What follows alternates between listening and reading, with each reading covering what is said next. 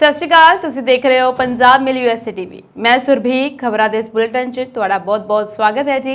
खबरां दे बुलेटिन दे स्पॉन्सर ने रियल्टर गुरजतिंदर सिंह रंधावा। हर तरह की प्रॉपर्टी खरीदण अते वेचण दे लई तुसीं स्क्रीन ते दित्ते नंबरां राहीं इन्हां नूं संपर्क कर सकदे हो।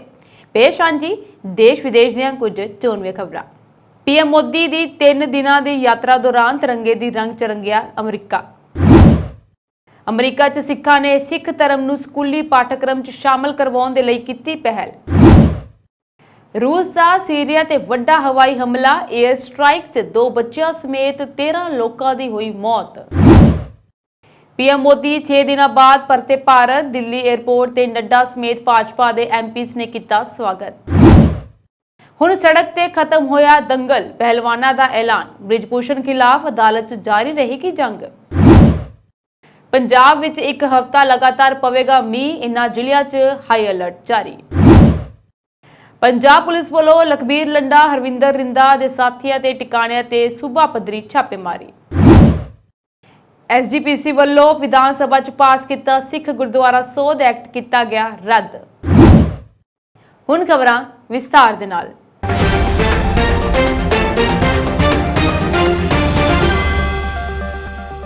प्रधानमंत्री नरेंद्र मोदी की 3 दिना इतिहासिक यात्रा दौरान पूरा अमरीका तिरंगे के रंग दे विच रंगिया होया दिखाई दिता। इस यात्रा दौरान प्रधानमंत्री मोदी ते अमरीकी राष्ट्रपति जो बाइडन विचाले कई अहम समझौते भी होए। भारत के अमरीका स्थित राजदूत तरनजीत सिंह संधू ने प्रधानमंत्री मोदी की इस इतिहासिक यात्रा नूं लैके ट्वीट करदे कहा सी कि भारत ते अमरीका विचाले स्थाई दोस्ती ते भाईवाली। उन्होंने अगे भी लिखा कि प्रधानमंत्री मोदी की अमरीका यात्रा दौरान पूरा देश तिरंगे के रंग दे विच रंग गया सी।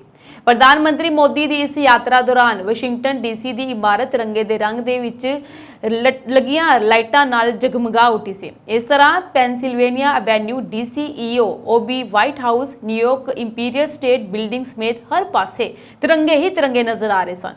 इसी तरह अमरीका के टाइम स्क्वेयर ते प्रधानमंत्री मोदी की फोटो प्रदर्शित की गई। अमरीका का वर्ल्ड ट्रेड सेंटर भी तिरंगमई होया पिया सी।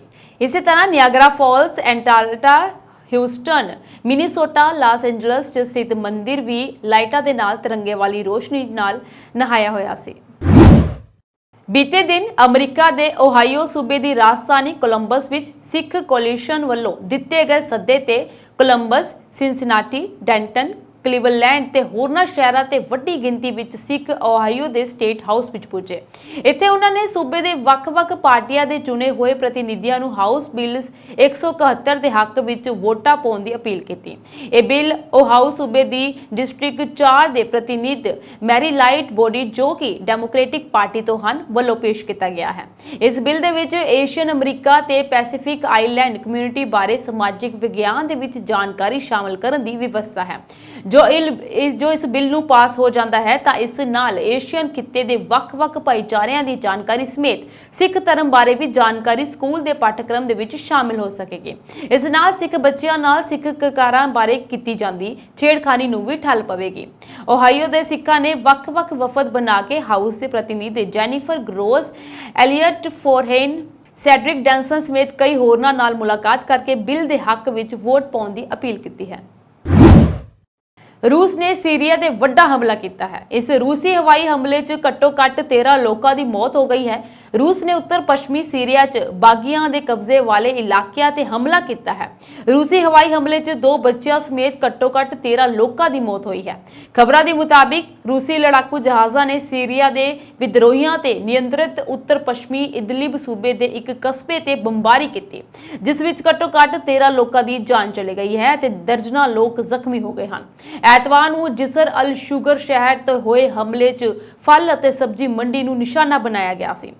प्रत्यक्षदर्शियों के दस्सण मुताबिक मिसाइल विच इन्ना ज्यादा दबाव सी कि नेड़े दा भीड़ भड़के वाला एक बाजार भी प्रभावित होया। रूस ने मुस्लिम बहुगिनती वाले देश च ईद उल अधा के त्यौहार तो पहला हवाई हमला किया है। खेतर विच हवाई हमले का यह दूजा दिन है। सिविल डिफेंस ने कहा कि पिछले 4 दिनों तो तोपखाने की गोलीबारी भी देखी गई है। उत्तर पश्चिमी सीरिया दे विच जिसर अल शुगर विच ऐतवार का हमला हुण तक का सब तो घातक है। पिछले कुछ महीनों तो देश भर दे विच रूसी फौजी हवाई हमलिਆਂ ते हैरानीजनक हमलावरता दिखाई है। ਪ੍ਰਧਾਨ ਮੰਤਰੀ ਨਰਿੰਦਰ ਮੋਦੀ ਅਮਰੀਕਾ ਅਤੇ ਮਿਸਰ ਦੇ ਦੌਰੇ ਤੋਂ ਬਾਅਦ ਅੱਜ ਰਾਤ ਵਤਨ ਪਰਤ ਗਏ ਹਨ। ਰਾਤ 12:30 ਵਜੇ ਤੱਕ ਪ੍ਰਧਾਨ ਮੰਤਰੀ ਦਾ ਜਹਾਜ਼ ਦਿੱਲੀ ਦੇ ਪਾਲਮ ਹਵਾਈ ਅੱਡੇ ਤੇ ਉਤਰਿਆ। ਇੱਥੇ ਭਾਜਪਾ ਪ੍ਰਧਾਨ ਜੇਪੀ ਨੱਡਾ ਅਤੇ ਦਿੱਲੀ ਦੇ ਸਾਰੇ 7 ਸੰਸਦ ਮੈਂਬਰਾਂ ਨੇ ਉਹਨਾਂ ਦਾ ਸ਼ਾਨਦਾਰ ਸਵਾਗਤ ਕੀਤਾ। ਪਾਰਟੀ ਨੇ ਪੀਐਮ ਦੇ ਸਵਾਗਤ ਲਈ ਹਵਾਈ ਅੱਡੇ ਤੇ ਵਿਸ਼ੇਸ਼ ਤਿਆਰੀਆਂ ਕੀਤੀਆਂ ਸਨ। ਭਾਜਪਾ ਪ੍ਰਧਾਨ ਨੱਡਾ ਨੇ ਵੀ ਪ੍ਰਧਾਨ ਮੰਤਰੀ ਨੂੰ ਕੇਂਦਰ ਸਰਕਾਰ ਦੇ 9 ਸਾਲ ਪੂਰੇ ਹੋਣ ਤੇ ਚੱਲ ਰਹੇ ਪ੍ਰੋਗਰਾਮ ਦੀ ਜਾਣਕਾਰੀ ਦਿੱਤੀ। ਦੱਸ ਦੇਈਏ ਕਿ ਪ੍ਰਧਾਨ ਮੰਤਰੀ ਮੋਦੀ 3 ਦਿਨਾਂ ਦੌਰੇ ਤੇ ਅਮਰੀਕਾ ਗਏ ਸਨ। ਉੱਥੇ ਉਹ 2 ਦਿਨਾਂ ਦੀ ਯਾਤਰਾ ਤੇ ਮਿਸਰ ਪਹੁੰਚੇ ਸਨ। ਹੁਣ 6 ਦਿਨਾਂ ਬਾਅਦ ਪ੍ਰਧਾਨ ਮੰਤਰੀ ਭਾਰਤ ਪਰਤ ਆਏ ਹਨ। ਭਾਜਪਾ ਨੇ ਅਮਰੀਕਾ ਤੇ ਮਿਸਰ ਦੌਰੇ ਨੂੰ ਇਤਿਹਾਸਿਕ ਦੱਸਿਆ ਹੈ। ਪੀਐਮ ਨੇ ਅਮਰੀਕਾ ਦੇ ਵਿੱਚ ਕਈ ਵਪਾਰਕ ਸਮਝੌਤੇ ਕੀਤੇ, ਉੱਥੇ ਉਦਯੋਗਪਤੀਆਂ ਦੇ ਨਾਲ ਮੁਲਾਕਾਤ ਕੀਤੀ ਤੇ ਰਾਸ਼ਟਰਪਤੀ ਜੋ ਬਾਈਡਨ ਨਾਲ ਦੁਵੱਲੀ ਗੱਲਬਾਤ ਕੀਤੀ। ਪ੍ਰਧਾਨ ਮੰਤਰੀ ਇੱਥੇ ਰਾਜ ਮਹਿਮਾਨ ਵਜੋਂ ਪੁੱਜੇ ਸਨ। ਅਮਰੀਕਾ ਵਿੱਚ ਮੋਦੀ ਦੇ ਸਨਮਾਨ 'ਚ ਵਾਈਟ ਹਾਊਸ ਵਿੱਚ ਇੱਕ ਸਟੇਟ ਡਿਨਰ ਅਤੇ ਸਟੇਟ ਲੰਚ ਦਾ ਆਯੋਜਨ ਵੀ ਕੀਤਾ ਗਿਆ ਸੀ। ਭਾਰਤੀ ਕੁਸ਼ਤੀ ਸੰਘ ਅਤੇ ਬ੍ਰਿਜਭੂਸ਼ਣ ਸਿੰਘ ਖਿਲਾਫ ਲਗਾਤਾਰ ਅੰਦੋਲਨ ਕਰ ਰਹੇ ਪਹਿਲਵਾਨ ਹੁਣ ਆਪਣੀ ਲੜਾਈ ਸੜਕ ਦੀ ਬਜਾਏ ਕੋਰਟ 'ਚ ਲੜਨਗੇ। इंसाफ मिलन तक ये लड़ाई जारी रहेगी, पर हुण सड़क ते दंगल नहीं होवेगा। महिला पहलवान साक्षी मलिक ने ट्वीट करके जानकारी दी है। साक्षी मलिक और विनेश फोगाट ने ट्वीट दे विच लिखिया कि 7 जून नूं सरकार नाल गलबात हुई है। सरकार ने पहलवानां नाल कीते वादे ते चलदियां महिला पहलवान खिडारनां वल्लों महिला नाल छेड़छाड़ और जिनसी शोषण दीयां शिकायतां दे मामले दे विच FIR दर्ज कीती है। दिल्ली पुलिस ने जांच पूरी करके 15 जून नूं अदालत विच चार्जशीट पेश कर दी है। इस मामले विच पहलवानां दी कानूनी लड़ाई इंसाफ मिलन तक सड़क की बजाय अदालत दे विच जारी रहेगी। उन्होंने अगे कहा कि कुश्ती संघ के सुधार के संबंध विच वादे अनुसार नवी कुश्ती संघ की चोण की प्रक्रिया शुरू हो गई है। चोण 11 जुलाई नूं होनी है। सरकार वालों कीते वादे लागू होने की उड़ीक की जाएगी। इस दे नाल ही साक्षी मलिक और विनेश फोगाट ने सोशल मीडिया तो कुछ दिनों के लिए ब्रेक ले लिया है, जिसकी जानकारी दोवां ने अपने ट्वीट राही दी है। पंजाब, हरियाणा, दिल्ली, NCR सने मुल्क के ज्यादातर सूबिया दे विच बारिश ने गर्मी तो वड्डी राहत दवाई है। भारतीय मौसम विभाग ने दिल्ली सने वड्डी गिनती च सूबिया दे विच 1 जुलाई तक लगातार मीह पैण दी भविष्यवाणी भी की है। पंजाब दे विच लंघी रात तो रुक रुक के पए मीह कारण पारा आम दे नालों थले डिग गया है। मौसम विग्यानियों ने 27, 28, 29 जून नूं मध्यम मीह पैण दी जानकारी भी दी है। हिमाचल प्रदेश दे विच भारी मीह कारण पंजाब विच भी हड़ां दा खतरा वध गया है। घग्गर दरिया विच अचानक पानी का पद्धर वध गया है। यह दरिया पटियाला जिले के वड्डी गिनती इलाकों विच वड्डी तबाही मचाउंदा है। हिमाचल च अगले 2 तो 3 दिनों तक होर मीह पैण दा अलर्ट भी जारी किया गया है, जिस तो बाद घग्गर नेड़े 144 लागू कर दी गई है। इस दे चलदियां प्रशासन ने हड़ां दे संभावी खेतर नूं देखदियां अलर्ट जारी किया है। प्रशासनिक अधिकारियों ने कहा कि हड़ां दे मद्देनज़र प्रशासन पूरी तरह चौकस है और हर खेतर दे विच अलर्ट किया गया है। दस दईए कि हिमाचल प्रदेश दे विच भारी मीह कारण जन जीवन बुरी तरह प्रभावित हो गया है। सूबे दे सोलन और हमीरपुर जिलिਆਂ ਦੇ ਵਿੱਚ ਬੱਦਲ ਫਟਣ ਕਾਰਨ ਆਏ ਹੜ੍ਹਾਂ ਅਤੇ शिमला, मंडी ਅਤੇ कुल्लू ਵਿੱਚ ਭਾਰੀ ਮੀਂਹ ਕਾਰਨ 2 ਜਾਣਿਆਂ ਦੀ ਮੌਤ ਵੀ ਹੋ ਗਈ ਹੈ, ਜਦਕਿ ਫਸਲਾਂ ਤਬਾਹ ਹੋ ਗਈਆਂ ਹਨ। ਚੰਡੀਗੜ੍ਹ ਬਨਾਲੀ ਨੈਸ਼ਨਲ ਹਾਈਵੇ ਅਜੇ ਬੰਦ ਹਨ। ਮਲਬਾ ਹਟਾਉਣ ਦਾ ਕੰਮ ਸ਼ੁਰੂ ਹੋ ਗਿਆ ਹੈ, ਪਰ ਇਸ ਨੂੰ ਬਹਾਲ ਕਰਨ ਦੇ ਵਿੱਚ ਸਮਾਂ ਲੱਗੇਗਾ। सूबे ਵਿੱਚ ਕਈ ਥਾਈ ਮਕਾਨ ਅਤੇ ਵਾਹਨ ਪਾਣੀ ਵਿੱਚ ਰੁੜ ਗਏ ਹਨ। ਹਿਮਾਚਲ ਦੇ शिमला ਚ ਕਈ ਇਲਾਕਿਆਂ 'ਚ ਡਿੱਗਾਂ ਡਿੱਗੀਆਂ ਹਨ। ਕਈ ਥਾਵਾਂ ਤੇ ਕਾਰਾਂ ਮਲਬੇ ਹੇਠ ਦਬ ਗਈਆਂ ਹਨ। ਮੰਡੀ 'ਚ ਇੰਨੀ ਜ਼ਿਆਦਾ ਬਾਰਿਸ਼ ਹੋਈ ਕਿ ਸ਼ਹਿਰ ਜਲ ਥਲ ਹੋ ਗਿਆ ਹੈ। मुख्यमंत्री भगवंत मान की सोच अनुसार पंजाब नूं अपराध मुक्त सूबा बनाउण लई वड्डी मुहिम दौरान गैंगस्टर अतवादी गठजोड़ विरुद्ध वड्डी कार्रवाई करदिआं पंजाब पुलिस ने गैंगस्टरां तो अतवादी बने लखबीर सिंह उर्फ लंडा अते हरविंदर सिंह उर्फ रिंदा दे साथियां दे शक्की ठिकानिਆਂ ते छापेमारी की।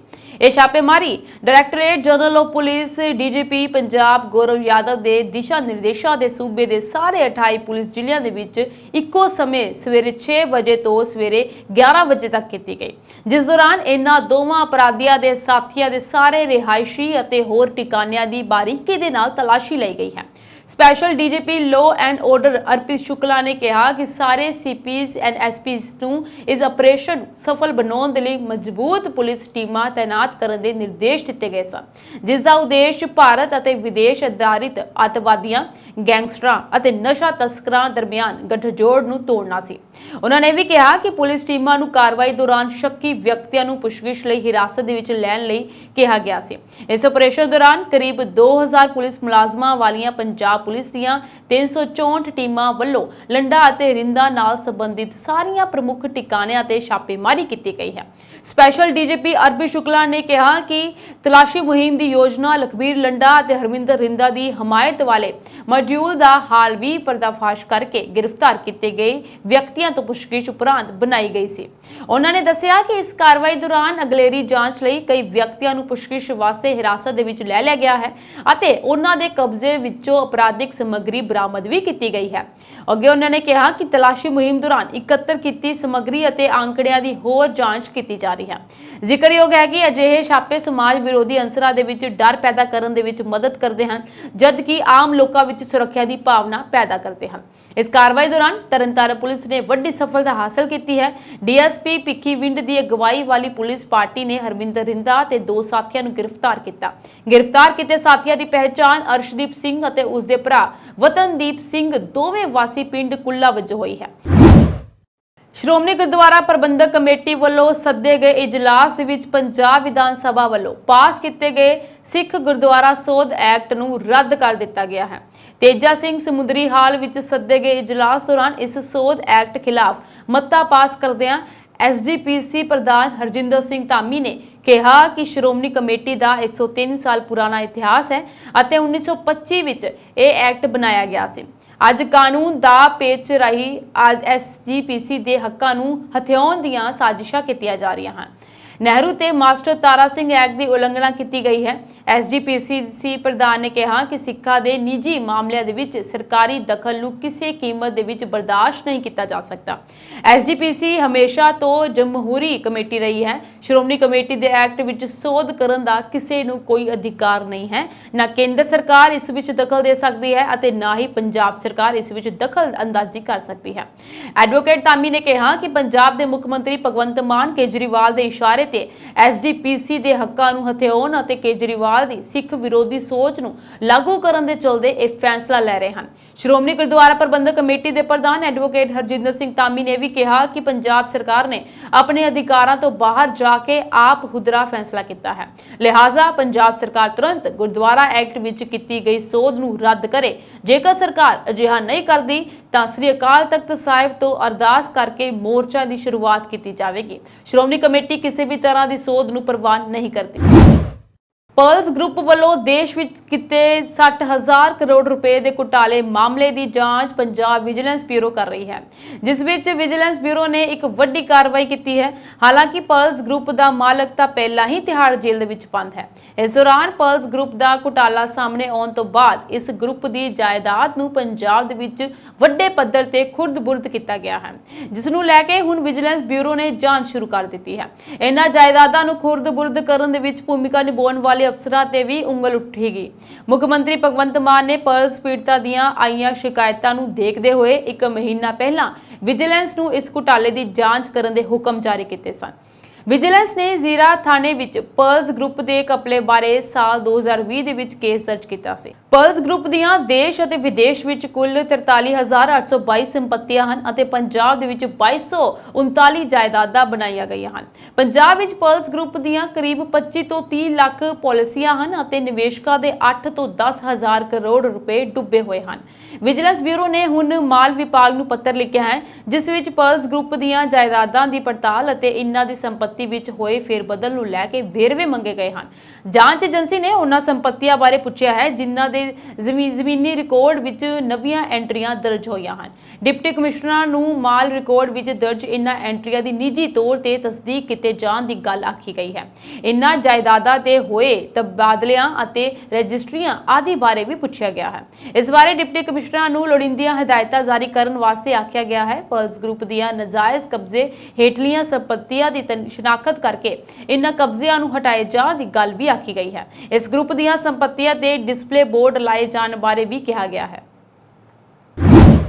ਦਿੱਲੀ 'ਚ ਐਤਵਾਰ ਸਵੇਰੇ ਬਾਰਿਸ਼ ਹੋ ਰਹੀ ਸੀ, ਜਿਸ ਕਾਰਨ ਦਿੱਲੀ ਹਵਾਈ ਅੱਡੇ ਨੂੰ ਉਡਾਨਾਂ ਦਾ ਸੰਚਾਲਨ ਕਰਨ 'ਚ ਭਾਰੀ ਦਿੱਕਤ ਦਾ ਸਾਹਮਣਾ ਕਰਨਾ ਪਿਆ। ਅੰਤਰਰਾਸ਼ਟਰੀ ਅਤੇ ਘਰੇਲੂ ਉਡਾਨਾਂ ਦੀ ਲੈਂਡਿੰਗ ਅਤੇ ਟੇਕ ਆਫ 'ਚ ਕਾਫੀ ਦਿੱਕਤ ਆਈ। ਲੰਡਨ ਤੋਂ ਦਿੱਲੀ ਆ ਰਹੀ 에ਅਰ ਇੰਡੀਆ ਦੀ ਫਲਾਈਟ A112 ਨੂੰ ਖਰਾਬ ਮੌਸਮ ਕਾਰਨ ਦਿੱਲੀ 'ਚ ਲੈਂਡ ਕਰਨ ਦੀ ਇਜਾਜ਼ਤ ਨਹੀਂ ਦਿੱਤੀ ਗਈ ਅਤੇ ਜੈਪੁਰ ਵੱਲ ਮੋੜ ਦਿੱਤਾ ਗਿਆ। ਪਾਇਲਟ ਇਹ ਕਹਿੰਦਿਆਂ ਫਲਾਈਟ ਨੂੰ ਜੈਪੁਰ ਛੱਡ ਕੇ ਚਲਾ ਗਿਆ ਕਿ ਉਸ ਦੀ ਡਿਊਟੀ ਟਾਈਮ ਖਤਮ ਹੋ ਗਿਆ ਹੈ, ਜਿਸ ਕਾਰਨ ਜੈਪੁਰ ਹਵਾਈ ਅੱਡੇ ਤੇ 6 ਘੰਟੇ ਤੱਕ ਫਲਾਈਟ 'ਚ ਸਵਾਰ ਯਾਤਰੀ ਪਰੇਸ਼ਾਨ ਹੁੰਦੇ ਰਹੇ। ਬਾਅਦ ਵਿੱਚ ਉਹਨਾਂ ਨੂੰ ਸੜਕ ਰਾਹੀਂ ਦਿੱਲੀ ਭੇਜ ਦਿੱਤਾ ਗਿਆ। ਦਿੱਲੀ 'ਚ ਖਰਾਬ ਮੌਸਮ ਕਾਰਨ ਐਤਵਾਰ ਨੂੰ 3 ਅੰਤਰਰਾਸ਼ਟਰੀ ਅਤੇ 2 ਘਰੇਲੂ ਉਡਾਨਾਂ ਨੂੰ ਜੈਪੁਰ ਵੱਲ ਮੋੜ ਦਿੱਤਾ ਗਿਆ ਸੀ। ਇਨ੍ਹਾਂ ਦੇ ਵਿੱਚ 에ਅਰ ਇੰਡੀਆ ਦੀਆਂ 2, ਸਪਾਈਸ ਜੈਟ ਦੀਆਂ 2 ਅਤੇ ਗਲਫ ਸਟ੍ਰੀਮ ਦਾ 1 ਉਡਾਨ ਸ਼ਾਮਲ ਹੈ। 에ਅਰ ਇੰਡੀਆ ਦੀ ਉਡਾਨ A112 ਨੇ ਲੰਡਨ ਤੋਂ ਸਵੇਰੇ 6 ਵਜੇ ਦਿੱਲੀ ਪਹੁੰਚਣਾ ਸੀ। ਖਰਾਬ ਮੌਸਮ ਕਾਰਨ ਫਲਾਈਟ ਨੂੰ ਜੈਪੁਰ ਉਤਾਰ ਦਿੱਤਾ ਗਿਆ। 에ਅਰ ਇੰਡੀਆ ਦੀ ਦੂਜੀ ਫਲਾਈਟ ਦੁਬਈ ਤੋਂ ਦਿੱਲੀ ਜਾ ਰਹੀ ਸੀ। ਗਲਫ ਸਟ੍ਰੀਮ ਦੀ ਫਲਾਈਟ ਬਹਿਰੀਨ ਤੇ ਦਿੱਲੀ ਜਾ ਰਹੀ ਸੀ। ਸਪਾਈਸ ਜੈਟ ਦਾ 1 ਫਲਾਈਟ ਪੁਣੇ ਤੋਂ, ਜਦਕਿ ਦੂਜੀ ਗੁਹਾਟੀ ਤੋਂ ਦਿੱਲੀ ਜਾ ਰਹੀ ਸੀ। ਮੁੱਖ ਮੰਤਰੀ ਭਗਵੰਤ ਮਾਨ ਦੀ ਸੋਚ ਅਨੁਸਾਰ ਪੰਜਾਬ ਨੂੰ ਸੁਰੱਖਿਅਤ ਸੂਬਾ ਬਣਾਉਣ ਲਈ ਵਿੱਢੀ ਗਈ ਮੁਹਿੰਮ ਦੌਰਾਨ ਪੰਜਾਬ ਪੁਲਿਸ ਨੇ ਬਦਨਾਮ ਲਾਰੈਂਸ ਬਿਸ਼ਨੋਈ ਗੈਂਗ ਦੇ ਨਾਮ ਹੇਠ ਫਿਰੌਤੀ ਮੰਗਣ ਵਾਲੇ ਗਿਰੋਹ ਦੇ ਇੱਕ ਮੈਂਬਰ ਨੂੰ TDI Wellington city sector 117 Mohali ਤੋਂ ਗ੍ਰਿਫਤਾਰ ਕਰਕੇ ਇਸ ਗਿਰੋਹ ਦਾ ਪਰਦਾਫਾਸ਼ ਕੀਤਾ। ਜਬਰੀ ਵਸੂਲੀ ਕਰਨ ਵਾਲਾ ਇਹ ਗਿਰੋਹ ਮੋਹਾਲੀ, ਚੰਡੀਗੜ੍ਹ ਅਤੇ ਆਸ-ਪਾਸ ਦੇ ਇਲਾਕਿਆਂ ਵਿੱਚ ਸਰਗਰਮ ਸੀ। गिरफ्तार किए गए मुलजम की पछाण विशाल कुमार वासी मलोआ चंडीगढ़ वजों हुई है, जो स्थानक सैलून काम करता सी। पुलिस टीमां ने उस कोलों 32 बोर का पिस्तौल और 2 जिंदा कारतूस भी बरामद किए हैं। AIG SSOC SAS Mohali Ashwani Kapoor ने दस्सिया कि लारैंस बिश्नोई गैंग नाल संबंधित होने का दावा करने वाले व्यक्ति वालों जबरी वसूली दीयां कोशिशां अते धमकी भरियां फोन कॉलां संबंधी कई रिपोर्टां मिलण उपरंत पंजाब पुलिस ने इस मामले की व्यापक जांच शुरू की। उन्होंने अगे दस्सिया कि खुफिया जानकारी इकट्ठी करन उपरंत पुलिस टीमां नूं मुख शक्की वजों विशाल कुमार अते पिंड कंगरोली समाना पटियाला दे वासी उसके साथी कश्मीर सिंह उर्फ बोबी की पछाण करन दे विच सफलता मिली। उन्होंने भी दस्सिया कि भरोसेमंद जानकारी उपरंत SSOC दीयां पुलिस टीमां ने शक्की व्यक्तियों दीयां संभावित छुपनगाहां ते छापेमारी की अते TDI वैलिंगटन सिटी ते विशाल कुमार नूं जदों कि कश्मीर सिंह उर्फ बोबी नूं मिलन जा रहा सी सफलतापूर्वक गिरफ्तार कर लिया। उन्होंने अगे दस्सिया कि कश्मीर उर्फ बोबी नूं गिरफ्तार नहीं किया जा सकिया अते पुलिस टीमां उस नूं फड़न दे लई छापेमारी कर रहीआं हन। AIG कपूर ने दस्सिया कश्मीर उर्फ बोबी चंडीगढ़ मोहाली अते होर आस-पास दे इलाकिਆਂ ਵਿੱਚ नाइट क्लबां अते बारां दे मालकां समेत अमीर व्यक्तियों नूं फोन करके फिरौती मंगदा सी अते धमकियां दिंदा सी, जबकि विशाल इन्हां व्यक्तियों तो फिरौती दी रकम वसूलण दे लई उन्हां नूं डराउंदा धमकाउंदा सी। उन्होंने भी दस्सिया कि मुढली जांच तो पता लगा है कि मुलजम विशाल कुमार अते कश्मीर उर्फ बोबी ने स्कल क्लब मोहाली के मालक तो पैसे वसूल करने के लिए 11 मई 2023 ਨੂੰ उसके घर ते हमला भी किया सी। उन्होंने अगे दस्सिया कि इस संबंधी होर पुछगिछ की जा रही है अते जांच दौरान होर खुलासे होने की संभावना भी है। मद्रास हाई कोर्ट ने एक महत्वपूर्ण फैसले विच कहा कि एक घरेलू औरत अपने पति की जायदाद विच बराबर हिस्से की हकदार है, भावें पूरी तरह मर्द की कमाई तो खरीदी गई होवे। अदालत ने फैसले का कारण दसदे हुए कहा कि भावें सीधे तौर पर नहीं पर औरत परिवार की देखभाल करके बराबर योगदान पा रही है। अदालत ने भी कहा कि घरेलू काम करके परिवारिक जायदाद की प्राप्ति विच योगदान पाउण वाली पत्नी जायदाद विच बराबर हिस्से की हकदार होवेगी, क्योंकि उसने उन्हां दी खरीद विच असिधे तौर ते योगदान पाया सी। अदालत ने वैबसाइट लाइव ला के हवाले नाल कहा कि पत्नी अपने घरेलू काम करके परिवारक संपत्तियों की प्राप्ति विच योगदान पाउंदियां हन, जिस नाल अपने पतियां नूं लाभदायक रोजगार के लिए रिहा कर दिंदियां हन। एक अजिहा कारक होवेगा जिस नूं इह अदालत विशेष तौर ते जायदादां जां तां टाइटल स्टैंड के हक च फैसला करन वेले ध्यान विच रखेगी। पति या पत्नी के नाम ते अते निश्चित तौर ते पति या पत्नी जो दहाकियां तो घर की देखभाल करता है अते परिवार की देखभाल करता है जायदाद विच हिस्से का हकदार है। जस्टिस कृष्ण रामस्वामी ने कहा कि फिलहाल अजिहा कोई कानून नहीं है जो पत्नी द्वारा सीधे या असीधे तौर पर पाए योगदान नूं मानता दिंदा होवे, पर अदालत अपने पति द्वारा जायदाद की खरीददारी की सहूलत लई पत्नी के योगदान नूं मानता दे सकती है। PGI च मरीजों लिए 24 घंटे MRI ਦੀ ਸੇਵਾ ਸ਼ੁਰੂ ਕਰ ਦਿੱਤੀ ਗਈ ਹੈ। PGI ਨਿਰਦੇਸ਼ਕ ਪ੍ਰੋਫੈਸਰ ਵਿਵੇਕ ਲਾਲ ਨੇ ਦੱਸਿਆ ਕਿ ਹਾਲੇ ਤੱਕ PGI ਦੇ ਵਿੱਚ ਮਰੀਜ਼ਾਂ ਨੂੰ MRI ਕਰਵਾਉਣ ਦੇ ਲਈ 12 ਤੋਂ 15 ਘੰਟੇ ਦਾ ਸਮਾਂ ਹੀ ਮਿਲਦਾ ਸੀ। PGI ਦੀ ਐਮਰਜੈਂਸੀ ਦੇ ਵਿੱਚ ਅਜਿਹੇ ਮਰੀਜ਼ ਵੀ ਆਉਂਦੇ ਹਨ ਜਿਨ੍ਹਾਂ ਨੂੰ ਤੁਰੰਤ MRI ਕਰਵਾਉਣ ਦੀ ਲੋੜ ਪੈਂਦੀ ਹੈ। ਅਜਿਹੇ ਜਿਨ੍ਹਾਂ ਮਰੀਜ਼ਾਂ ਨੂੰ ਐਮਰਜੈਂਸੀ ਹਾਲਤ 'ਚ MRI ਕਰਵਾਉਣ ਲਈ ਹੁਣ ਪ੍ਰਾਈਵੇਟ ਸੈਂਟਰ ਨਹੀਂ ਜਾਣਾ ਪਵੇਗਾ। PGI 'ਚ MRI ਕਰਵਾਉਣ ਦੇ ਲਈ ਮਰੀਜ਼ਾਂ ਨੂੰ ਕਈ ਵਾਰ 10 ਤੋਂ 15 ਦਿਨ ਦੀ ਵੇਟਿੰਗ ਦਾ ਸਮਾਂ ਵੀ ਮਿਲਦਾ ਹੈ। PGI ਦੇ ਵਿੱਚ 24 ਘੰਟੇ MRI ਦੀ ਸਹੂਲਤ ਨਹਿਰੂ ਹਸਪਤਾਲ 'ਚ ਸ਼ੁਰੂ ਕੀਤੀ ਗਈ ਹੈ।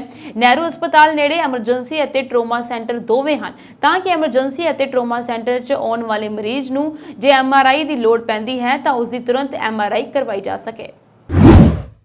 ਨਸ਼ਿਆਂ ਨੇ ਪੰਜਾਬ ਦੀ ਜਵਾਨੀ ਨੂੰ ਆਪਣੀ ਲਪੇਟ ਦੇ ਵਿੱਚ ਲੈ ਲਿਆ ਹੈ। ਪੰਜਾਬ ਤੇ ਨਸ਼ਾਖੋਰੀ ਇੱਕ ਸਮਾਜਿਕ ਤੇ ਸਿਆਸੀ ਮੁੱਦਾ ਬਣਿਆ ਹੋਇਆ। ਸਿਆਸਤ ਭਾਵੇਂ ਜਿੰਨੀ ਮਰਜ਼ੀ ਹੋਵੇ ਪਰ ਅਸਲੀਅਤ ਇਹ ਹੈ ਕਿ ਜਿਵੇਂ-ਜਿਵੇਂ ਨਸ਼ਾ ਵੱਧਦਾ ਗਿਆ ਦੁੱਖ ਵੱਧਦਾ ਗਿਆ। ਇਸ ਤੋਂ ਪਹਿਲਾਂ ਨਸ਼ੇ ਕਾਰਨ ਨੌਜਵਾਨਾਂ ਦੀ ਮੌਤ ਹੋਣ ਦੀਆਂ ਖਬਰਾਂ ਆਈਆਂ ਸਨ ਪਰ ਕੱਲ ਪਹਿਲੀ ਵਾਰ ਅਬੋਹਰ ਵਿੱਚ ਨਸ਼ੇ ਕਾਰਨ ਇੱਕ ਔਰਤ ਦੀ ਮੌਤ ਹੋਣ ਦੀ ਖਬਰ ਵੀ ਸਾਹਮਣੇ ਆਈ ਹੈ। ਪੰਜਾਬ ਨੂੰ ਨਸ਼ਾ ਮੁਕਤ ਬਣਾਉਣ ਦੇ ਲਈ ਪੰਜਾਬ ਪੁਲਿਸ ਵੱਲੋਂ NDPS ਐਕਟ ਤਹਿਤ ਪਿਛਲੇ 1 ਸਾਲ ਤੋਂ ਵੱਡੀ ਮੁਹਿੰਮ ਚਲਾਈ ਜਾ ਰਹੀ ਹੈ। ਪੰਜਾਬ ਪੁਲਿਸ ਵੱਲੋਂ ਗੁਆਂਢੀ ਰਾਜਾਂ ਹਿਮਾਚਲ, ਜੰਮੂ ਕਸ਼ਮੀਰ ਅਤੇ ਰਾਜਸਥਾਨ ਦੀ ਪੁਲਿਸ ਨਾਲ ਤਾਲਮੇਲ ਕਰਕੇ ਸਰਹੱਦ ਪਾਰੋਂ ਆਉਣ ਵਾਲੇ ਨਸ਼ਿਆਂ ਨੂੰ ਰੋਕਣ ਦੇ ਲਈ ਮੁਹਿੰਮ ਚਲਾਈ ਜਾ ਰਹੀ ਹੈ।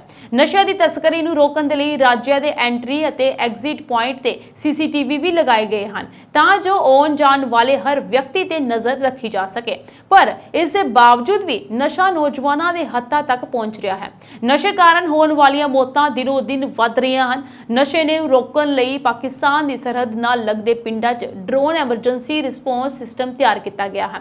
ਇਸ ਤੋਂ ਇਲਾਵਾ ਹੁਣ 100 ਦੇ ਕਰੀਬ ਪਿੰਡਾਂ ਦੇ ਵਿੱਚ ਪਿੰਡ ਦੀ ਪੁਲਿਸ ਤਾਇਨਾਤ ਕੀਤੀ ਜਾਵੇਗੀ ਜੋ ਰਾਤ ਸਮੇਂ ਪਿੰਡਾਂ ਦੀਆਂ ਵਿਜੀਲੈਂਸ ਕਮੇਟੀਆਂ ਨਾਲ ਮਿਲ ਕੇ ਕੰਮ ਕਰਨਗੇ। ਇਸ ਦੌਰਾਨ ਜੇਕਰ ਡਰੋਨ ਰਾਹੀਂ ਕਿਤੇ ਵੀ ਨਸ਼ਾ ਜਾਂ ਹਥਿਆਰ ਸੁੱਟੇ ਜਾਂਦੇ ਹਨ ਤਾਂ ਤੁਰੰਤ ਕਾਰਵਾਈ ਕੀਤੀ ਜਾਵੇਗੀ। ਹਾਲ ਹੀ ਦੇ ਵਿੱਚ ਰਾਜਪਾਲ ਬਨਵਾਰੀ ਲਾਲ ਪੁਰੋਹਿਤ ਨੇ ਵੀ ਸਰਹੱਦੀ ਪਿੰਡਾਂ ਦਾ ਦੌਰਾ ਕਰਕੇ ਨਸ਼ਿਆਂ ਤੇ ਚਿੰਤਾ ਪ੍ਰਗਟਾਈ ਸੀ। ਪੰਜਾਬ ਨੂੰ ਹਾਲੇ ਤੱਕ ਸਥਾਈ DGP ਨਸੀਬ ਨਹੀਂ ਹੋਇਆ। ਮੌਜੂਦਾ ਕਾਰਜਕਾਰੀ DGP ਗੌਰਵ ਯਾਦਵ ਮਾਨ ਸਰਕਾਰ ਦੇ ਚਹੇਤੇ ਅਫਸਰ ਬਣ ਗਏ ਹਨ। ਇਸ ਲਈ ਸਰਕਾਰ ਨੇ ਹਾਲੇ ਤੱਕ ਪੱਕਾ DGP ਲਗਾਉਣ ਲਈ UPSC ਨੂੰ ਅਧਿਕਾਰੀਆਂ ਦੇ ਨਾਮ ਨਹੀਂ ਭੇਜੇ ਹਨ। ਅਜਿਹੇ ਦੇ ਵਿੱਚ DGP ਗੌਰਵ ਯਾਦਵ ਕਾਰਜਕਾਰੀ ਅਹੁਦੇ ਤੇ ਰਹਿੰਦੇ ਹੋਏ 1 ਸਾਲ ਪੂਰਾ ਕਰਨ ਜਾ ਰਹੇ ਹਨ। ਪੰਜਾਬ ਦੇ ਵਿੱਚ ਆਪ ਦੀ ਸਰਕਾਰ ਬਣਨ ਤੋਂ ਤੁਰੰਤ ਬਾਅਦ IPS ਗੌਰਵ ਯਾਦਵ ਨੂੰ ਮੁੱਖ ਮੰਤਰੀ ਭਗਵੰਤ ਮਾਨ ਦਾ ਵਿਸ਼ੇਸ਼ ਪ੍ਰਮੁੱਖ ਸਕੱਤਰ ਨਿਯੁਕਤ ਕੀਤਾ ਗਿਆ। ਉਦੋਂ ਤੋਂ ਹੀ ਉਹਨਾਂ ਨੂੰ ਕਾਰਜਕਾਰੀ DGP ਨਿਯੁਕਤ ਕੀਤੇ ਜਾਣ ਦੀਆਂ ਚਰਚਾਵਾਂ ਜ਼ੋਰ ਫੜਨ ਲੱਗੀਆਂ ਜਦਕਿ DGP STF ਅਤੇ ਜੇਲ੍ਹ ਹਰਪ੍ਰੀਤ ਸਿੰਘ ਸਿੱਧੂ ਦਾ ਨਾਂ ਵੀ ਇਸ ਦੌੜ ਵਿੱਚ ਸ਼ਾਮਲ ਸੀ ਪਰ ਉਸ ਨੂੰ ਇਹ ਜ਼ਿੰਮੇਵਾਰੀ ਨਹੀਂ ਦਿੱਤੀ ਗਈ। ਪਿਛਲੇ ਸਾਲ 4 ਜੁਲਾਈ 2022 ਨੂੰ ਮਾਨ ਸਰਕਾਰ ਨੇ 1992 ਬੈਚ ਦੇ IPS ਅਧਿਕਾਰੀ ਗੌਰਵ ਯਾਦਵ ਨੂੰ ਪੰਜਾਬ ਪੁਲਿਸ ਦਾ DGP ਨਿਯੁਕਤ ਕਰ ਦਿੱਤਾ ਸੀ। ਹਾਲਾਂਕਿ ਉਹਨਾਂ ਨੂੰ ਕਾਰਜਕਾਰੀ DGP ਵੀ ਲਗਾਇਆ ਗਿਆ ਸੀ। 1987 ਬੈਚ ਦੇ IPS VK ਭਾਵਰਾ ਬਤੌਰ DGP ਰਹਿੰਦਿਆਂ ਸੂਬੇ ਦੇ ਕਾਨੂੰਨ ਵਿਵਸਥਾ ਬੁਰੇ ਤਰੀਕੇ ਦੇ ਨਾਲ ਡਗਮਗਾ ਗਈ ਸੀ ਜਿਸ ਕਾਰਨ ਸਰਕਾਰ ਨੇ ਮੁੱਖ ਮੰਤਰੀ ਦੇ ਵਿਸ਼ੇਸ਼ ਪ੍ਰਮੁੱਖ ਸਕੱਤਰ ਨੂੰ ਇਹ ਜ਼ਿੰਮੇਵਾਰੀ ਦੇ ਦਿੱਤੀ ਸੀ। ਪਹਿਲਵਾਨਾਂ ਵੱਲੋਂ ਸੜਕ ਦੇ ਅੰਦੋਲਨ ਬੰਦ ਕਰਨ ਤੇ ਐਲਾਨ ਤੋਂ ਬਾਅਦ ਭਾਜਪਾ ਦੇ ਸੰਸਦ ਮੈਂਬਰ ਬ੍ਰਿਜਭੂਸ਼ਣ ਸ਼ਰਨ ਸਿੰਘ ਦੀ ਪ੍ਰਤੀਕਿਰਿਆ ਸਾਹਮਣੇ ਆਈ ਹੈ। ਬ੍ਰਿਜਭੂਸ਼ਣ ਸ਼ਰਨ ਸਿੰਘ ਨੇ ਕਿਹਾ ਅਦਾਲਤ ਆਪਣਾ ਕੰਮ ਕਰੇਗੀ ਅਤੇ ਜੋ ਕਰੇਗੀ ਉਹ ਸਹੀ ਕਰੇਗੀ। ਉਹਨਾਂ ਨੇ ਵੀ ਕਿਹਾ ਮੇਰੀ ਕੋਈ ਯੋਜਨਾ ਨਹੀਂ ਹੈ, ਮੈਂ ਕੋਈ ਟਿੱਪਣੀ ਨਹੀਂ ਕਰਨਾ ਚਾਹੁੰਦਾ, ਹੁਣ ਮਾਮਲਾ ਅਦਾਲਤ ਦੇ ਵਿੱਚ ਹੈ। ਇੱਕ ਦਿਨ ਪਹਿਲਾਂ ਐਤਵਾਰ ਨੂੰ ਬ੍ਰਿਜਭੂਸ਼ਣ ਸ਼ਰਨ ਸਿੰਘ ਖਿਲਾਫ ਅੰਦੋਲਨ ਕਰ ਰਹੇ ਪਹਿਲਵਾਨਾਂ ਨੇ ਕਿਹਾ ਸੀ ਕਿ ਹੁਣ ਇਹ ਲੜਾਈ ਸੜਕ ਦੀ ਬਜਾਏ ਅਦਾਲਤ ਦੇ ਵਿੱਚ ਲੜੀ ਜਾਵੇਗੀ। ਪਹਿਲਵਾਨਾਂ ਦੇ ਅੰਦੋਲਨ ਦੀ ਅਗਵਾਈ ਕਰ ਰਹੀ ਸਾਕਸ਼ੀ ਮਲਿਕ ਅਤੇ ਵਿਨੇਸ਼ ਫੋਗਾਟ ਨੇ ਟਵੀਟ ਕਰਕੇ ਇਸ ਬਾਰੇ ਜਾਣਕਾਰੀ ਦਿੱਤੀ ਸੀ। ਮੁੱਖ ਮੰਤਰੀ ਭਗਵੰਤ ਮਾਨ ਨੇ ਕਿਹਾ ਕਿ ਸ਼੍ਰੋਮਣੀ ਗੁਰਦੁਆਰਾ ਪ੍ਰਬੰਧਕ ਕਮੇਟੀ ਸੋਮਵਾਰ ਨੂੰ ਆਪਣੇ ਅਕਾਵਾਂ ਦੇ ਨਿਰਦੇਸ਼ਾਂ ਅਨੁਸਾਰ ਪਹਿਲੇ ਤੋਂ ਹੀ ਤੈਅ ਕੀਤੇ ਗਏ ਫੈਸਲੇ ਦਾ ਐਲਾਨ ਕਰੇਗੀ। ਮੁੱਖ ਮੰਤਰੀ ਨੇ ਕਿਹਾ ਕਿ ਇਹ ਬਹੁਤ ਮੰਦਭਾਗੀ ਗੱਲ ਹੈ ਕਿ ਸਿੱਖਾਂ ਦੀ ਪ੍ਰਮੁੱਖ ਸੰਸਥਾ ਹੁਣ ਆਪਣੇ ਅਕਾਵਾਂ ਦੇ ਹੱਥਾਂ ਦੀ ਕਠਪੁਤਲੀ ਬਣ ਕੇ ਰਹਿ ਗਈ ਹੈ। ਉਹਨਾਂ ਨੇ ਵੀ ਕਿਹਾ ਕਿ ਇਹ ਜਨਰਲ ਇਜਲਾਸ ਸਿਰਫ ਇੱਕ ਢੋਂਗ ਹੈ ਕਿਉਂਕਿ ਅਕਾਲੀ ਲੀਡਰਸ਼ਿਪ ਵੱਲੋਂ ਪਹਿਲਾਂ ਹੀ ਇਸ ਸੰਬੰਧੀ ਫੈਸਲਾ ਕੀਤਾ ਜਾ ਚੁੱਕਿਆ ਹੈ। ਮੁੱਖ ਮੰਤਰੀ ਮਾਨ ਨੇ ਕਿਹਾ ਕਿ ਇਸ ਦਾ ਅੰਦਾਜ਼ਾ ਇਸ ਗੱਲੋਂ ਲਗਾਇਆ ਜਾ ਸਕਦਾ ਹੈ ਕਿ SGPC ਦੇ ਪ੍ਰਧਾਨ ਨੂੰ ਪਹਿਲਾਂ ਹੀ ਅਕਾਲੀ ਦਲ ਦੇ ਦਫ਼ਤਰ 'ਚ ਤਲਬ ਕੀਤਾ ਜਾ ਚੁੱਕਿਆ ਹੈ। ਮਾਨ ਨੇ ਕਿਹਾ ਕਿ ਇਹ ਨੇਤਾ ਸਿੱਖ ਗੁਰਦੁਆਰਾ ਸੋਧ ਬਿੱਲ 2023 ਦੇ ਵਿਰੋਧ ਸੰਬੰਧੀ ਬਾਦਲ ਪਰਿਵਾਰ ਦੇ ਫੈਸਲੇ ਬਾਰੇ ਪ੍ਰਧਾਨ ਨੂੰ ਜਾਣੂ ਕਰਵਾ ਰਹੇ ਹਨ। ਪੰਜਾਬ ਦੇ ਅਧਿਆਪਕਾਂ ਨੂੰ ਵਿਦੇਸ਼ਾਂ ਤੋਂ ਟ੍ਰੇਨਿੰਗ ਦਿਵਾਉਣ ਦੀ ਪੰਜਾਬ ਸਰਕਾਰ ਦੀ ਸਕੀਮ ਕਾਫੀ ਪਪੂਲਰ ਹੋ ਰਹੀ ਹੈ। ਪੰਜਾਬ ਸਰਕਾਰ ਦੇ ਸਿੱਖਿਆ ਵਿਭਾਗ 'ਚ ਤੈਨਾਤ ਅਧਿਆਪਕਾਂ ਖਾਸ ਕਰਕੇ ਪ੍ਰਿੰਸੀਪਲਾਂ 'ਚ ਵਿਦੇਸ਼ 'ਚ ਟ੍ਰੇਨਿੰਗ ਲੈਣ ਦਾ ਕਾਫੀ ਕ੍ਰੇਜ਼ ਹੈ। ਸ਼ਾਇਦ ਇਹੀ ਕਾਰਨ ਹੈ ਕਿ ਇਸ ਵਾਰ ਭੇਜੇ ਜਾਣ ਵਾਲੇ ਬੈਚ ਲਈ ਵਿਭਾਗ ਨੂੰ ਪ੍ਰਿੰਸੀਪਲਾਂ ਦੀ ਚੋਣ ਕਰਨਾ ਮੁਸ਼ਕਿਲ ਹੋ ਗਿਆ ਕਿਉਂਕਿ ਟ੍ਰੇਨਿੰਗ ਤੇ ਜਾਣ ਦੇ ਇੱਛੁਕ ਬਹੁਤ ਜ਼ਿਆਦਾ ਹਨ। ਪਤਾ ਲੱਗਿਆ ਹੈ ਕਿ ਇਸ ਵਾਰ ਟ੍ਰੇਨਿੰਗ ਤੇ ਜਾਣ ਦੇ ਲਈ 127 ਪ੍ਰਿੰਸੀਪਲਾਂ ਨੇ ਵਿਭਾਗ ਦੇ ਵਿੱਚ ਅਪਲਾਈ ਕੀਤਾ ਹੈ। ਪਹਿਲਾਂ ਭੇਜੇ ਜਾ ਚੁੱਕੇ ਹਨ 2 ਬੈਚ। ਪੰਜਾਬ ਦੀ ਸੱਤਾ 'ਚ ਆਉਣ ਤੋਂ ਪਹਿਲਾਂ ਤੋਂ ਹੀ ਆਮ ਆਦਮੀ ਪਾਰਟੀ ਅਧਿਆਪਕਾਂ ਨੂੰ ਵਿਦੇਸ਼ਾਂ ਤੋਂ ਟ੍ਰੇਨਿੰਗ ਦਿਵਾਉਣ ਦਾ ਵਾਅਦਾ ਕਰਦੀ ਰਹੀ ਸੀ। ਸਰਕਾਰ ਬਣਾਉਣ ਤੋਂ ਬਾਅਦ ਇਸ ਤੇ ਕੰਮ ਸ਼ੁਰੂ ਕਰ ਦਿੱਤਾ ਗਿਆ ਸੀ। ਇਸ ਸਾਲ ਫਰਵਰੀ 'ਚ 36 ਅਧਿਆਪਕਾਂ ਦੇ ਪਹਿਲੇ ਬੈਚ ਨੂੰ ਸਿੰਗਾਪੁਰ ਰਵਾਨਾ ਕੀਤਾ ਗਿਆ ਸੀ। ਇਸ ਤੋਂ ਬਾਅਦ ਮਾਰਚ ਮਹੀਨੇ ਦੌਰਾਨ ਵੀ 30 ਅਧਿਆਪਕਾਂ ਦਾ ਇੱਕ ਗਰੁੱਪ ਟ੍ਰੇਨਿੰਗ ਦੇ ਲਈ ਸਿੰਗਾਪੁਰ ਭੇਜਿਆ ਗਿਆ ਸੀ। ਇਹ ਸਾਂਝੀ ਦੇਸ਼ ਵਿਦੇਸ਼ ਦੀਆਂ ਕੁਝ ਚੋਣਵੀਆਂ ਖਬਰਾਂ। ਹੋਰ ਖਬਰਾਂ ਦੇ ਨਾਲ ਜੁੜੇ ਰਹਿਣ ਦੇ ਲਈ ਤੁਸੀਂ ਬਨੇ ਰਹੋ ਪੰਜਾਬ ਮੇਲ USA TV ਦੇ ਨਾਲ।